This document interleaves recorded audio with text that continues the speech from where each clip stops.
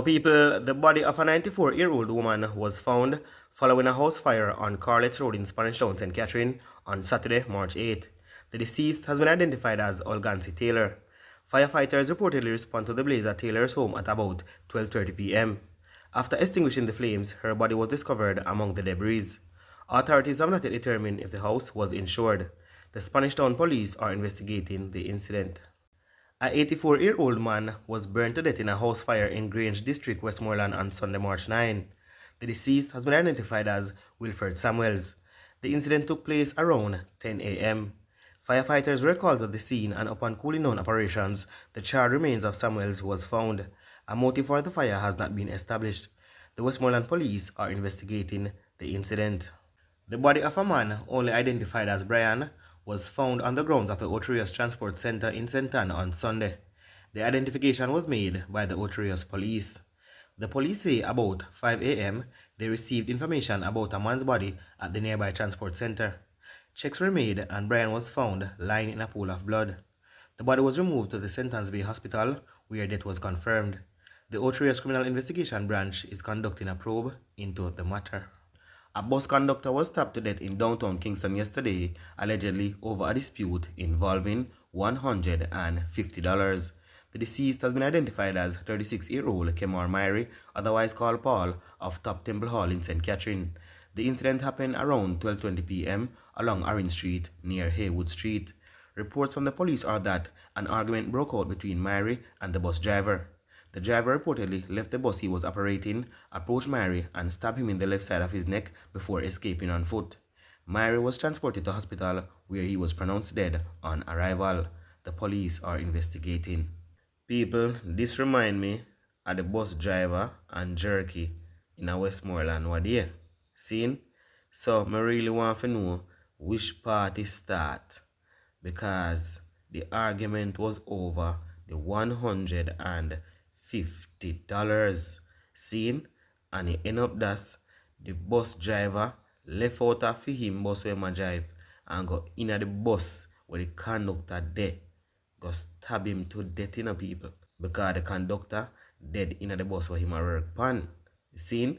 So the driver have had enough time to think about what he was doing.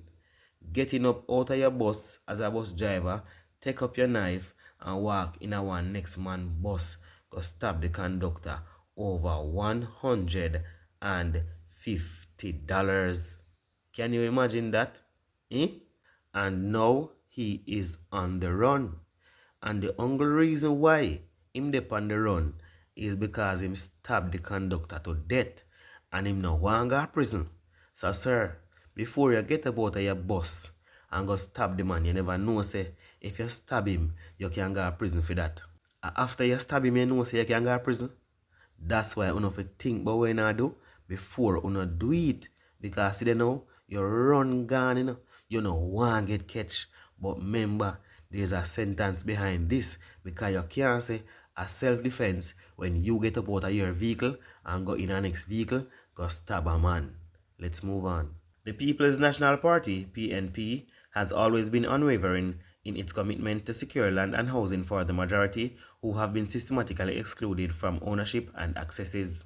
The PNP has always been committed to providing land and housing for the majority who are excluded from ownership and access.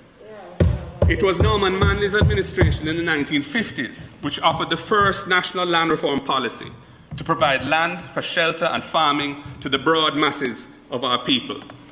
This saw the construction of Harbour View and Mona Heights at very concessional prices in response to the demand for affordable housing units. Then in the 1970s, Housing Minister Anthony Spalding led an unprecedented assault on landlessness and undignified shelter, evidenced by the delivery of over 60,000 houses and parcels of land to the working class and the poor.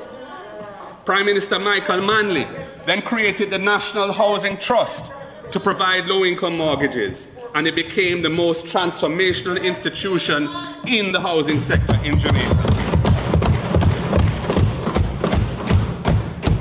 After 1989, we oversaw the construction of thousands of housing units with the creation of Greater Portmore, financed under the San Jose Accord with Mexico and Venezuela.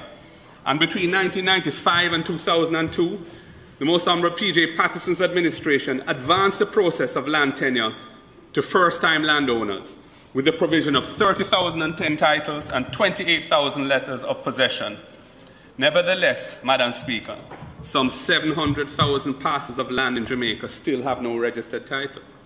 And this undermines the financing of agriculture and indeed all rural development. It has contributed to persistent poverty over generations. The impediments are complex, structural, and rooted in our history. Madam Speaker, our response to this will have to be innovative, involving profound legislative and administrative changes. Under Dr. Peter Phillips, we developed a far-reaching set of legislative proposals that will, for the first time, comprehensively tackle the intractable issues of land titling for our people.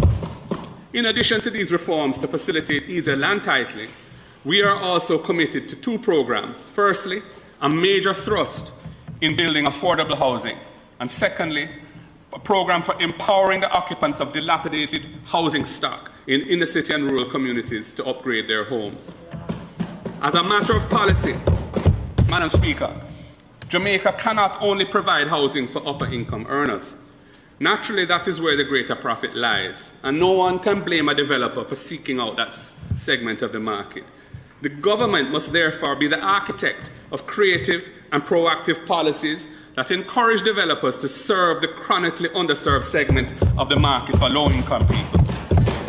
Our Shadow Minister of Finance has outlined what we have in mind for incentivizing developers to invest in building affordable housing for low-income earners. It will take a strategic approach by government in collaboration with the private sector.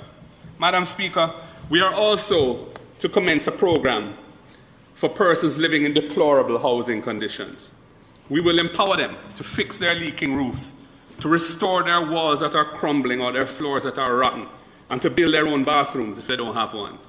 We will do this by assisting them with the purchase of materials while they make their own arrangements for the tradesmen and labour from within their communities. This program will facilitate the upgrading of the dilapidated housing stock in which too many Jamaicans now live. It will create a sense of achievement and progress in their lives and the comfort of better and more secure living conditions. It will also provide an economic stimulus in these communities, with local tradesmen, labourers and hardware merchants benefiting from the investment that the people will be making in upgrading their homes.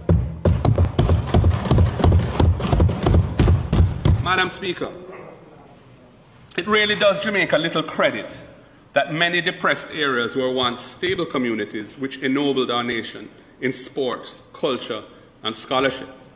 My constituency of South St. Andrew has produced boxing champions such as Bonnie Grant and Percy Hales, the brilliant West Indian batsman and all-rounder really Collie Smith, the immortal whalers comprising institution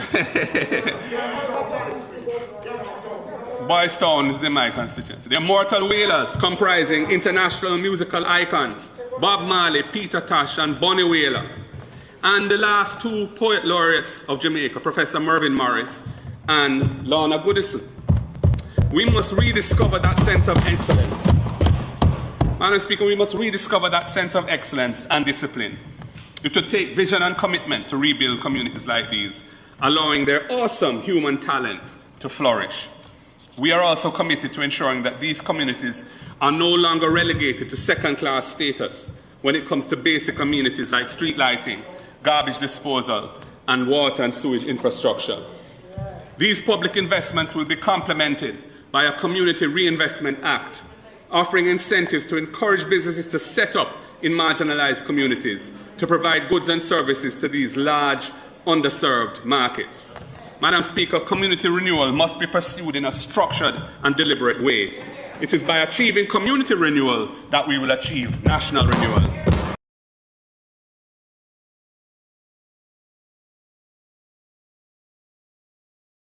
There you have it, guys. Please leave your thoughts in the comment section, and please remember to like, share and subscribe if you have not subscribed to my channel as yet. Big up on yourself in a real life. What this on my nose? I'm out.